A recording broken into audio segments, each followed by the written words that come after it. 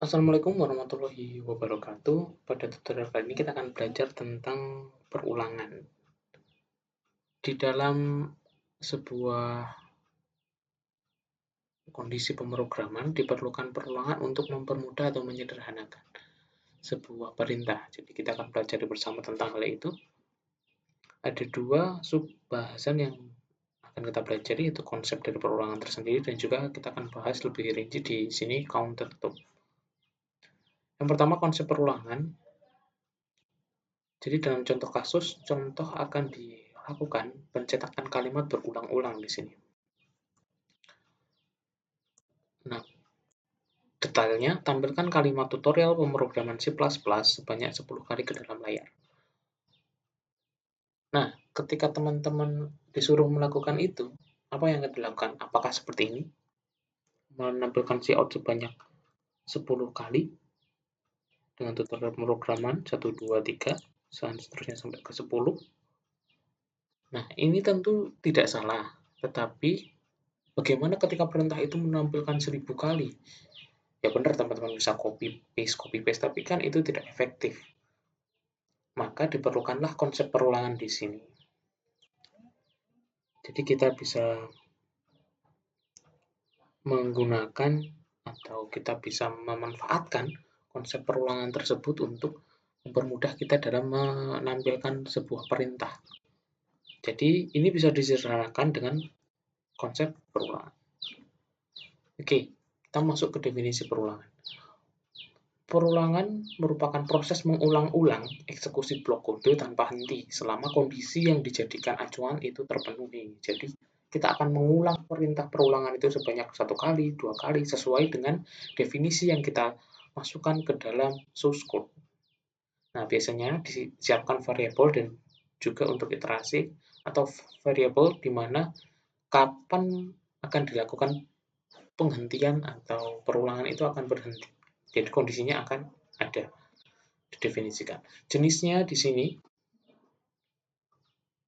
ada 4 macam bentuk perulangan secara umum dibagi menjadi 2, yaitu counted loop dan uncounted loop.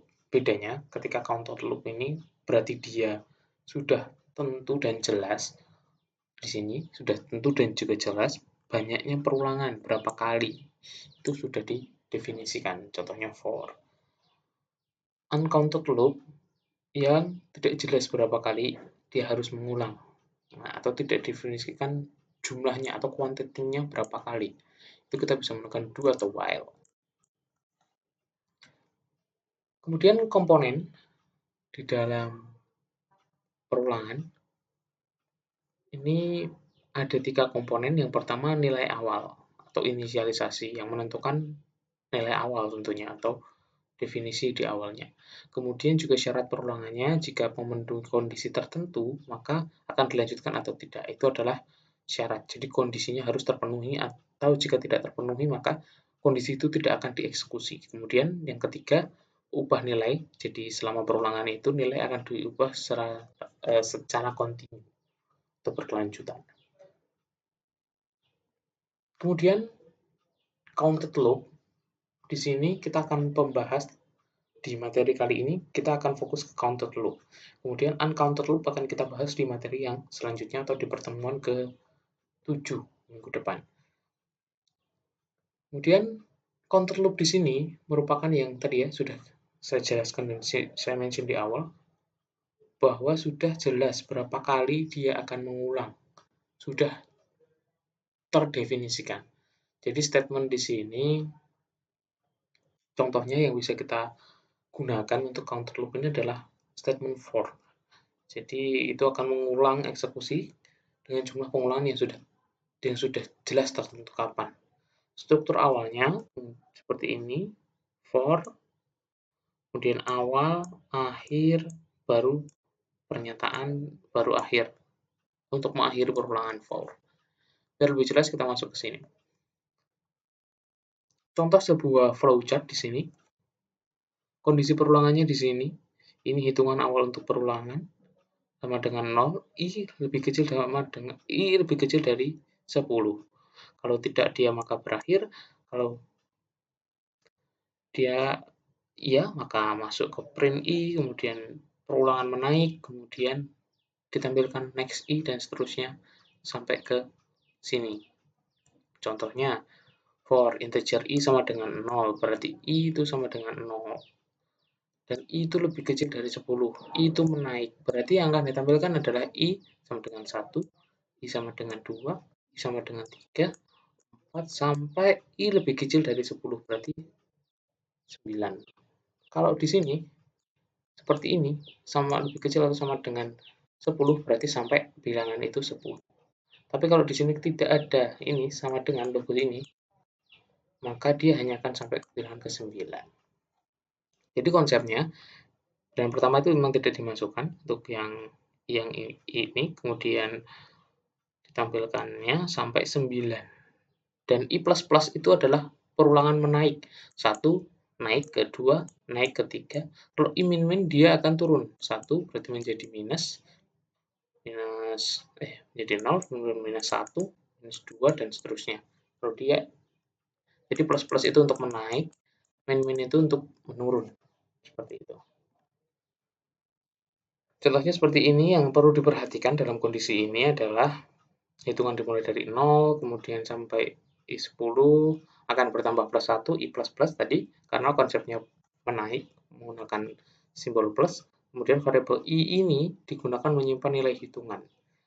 Apakah harus I? Tidak, ini bisa kita gunakan variabel lain, mungkin C, mungkin A, B, dan seterusnya.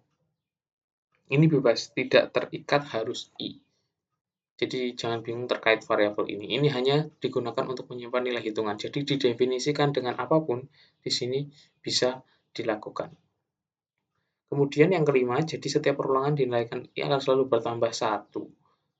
Karena kita menentukannya di bagian I++ ya. Karena tadi perulangan menaik, maka akan selalu tambah 1 untuk perulangannya. Contoh di program di sini seperti ini. I sama dengan 0, kita fokus ke perulangannya ya. I sama dengan 0, kemudian di sini lebih kecil atau sama dengan tadi, kemudian I plus 2. Nah, definisinya di sini I plus 2. I plus 2 itu artinya dia ditambahkan 2. Jadi, dari kondisi ini, tampilkan pertama 0, tampilkan kedua 2, 4, karena dia perulangannya plus 2. Dan di sini juga plus 2. Seperti itu. Sampai dia ini dilihat tanda sama dengan itu seperti ini tuh sama dengan ini. Atau kondisinya seperti ini.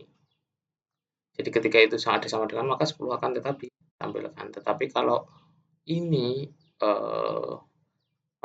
tidak ada icon sama dengan, maka dia hanya sampai lebih kecil dari 10, yaitu sampai di angka 8 ini batasnya.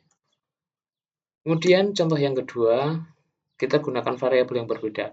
Kita gunakan variabel for itu pakai I, variabel for yang kedua pakai J.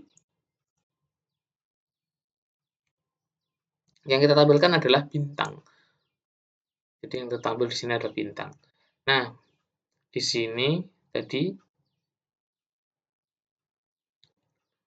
akan ini didefinisikan n-nya sejumlah 5. Berarti ada maksimal 5. Atau nilainya adalah jumlahnya itu 5. 1, 2, 3, 4, 5. Kemudian definisikan I-nya 1, J-nya 1. I-nya lebih kecil dengan N, dan J-nya juga lebih kecil atau sama dengan N. Kemudian perulangannya menaik. Maka 1, 2, 3, ke 5. Jadi ketika teman-teman coba rubah nanti bisa juga disesuaikan dengan kondisi di sini.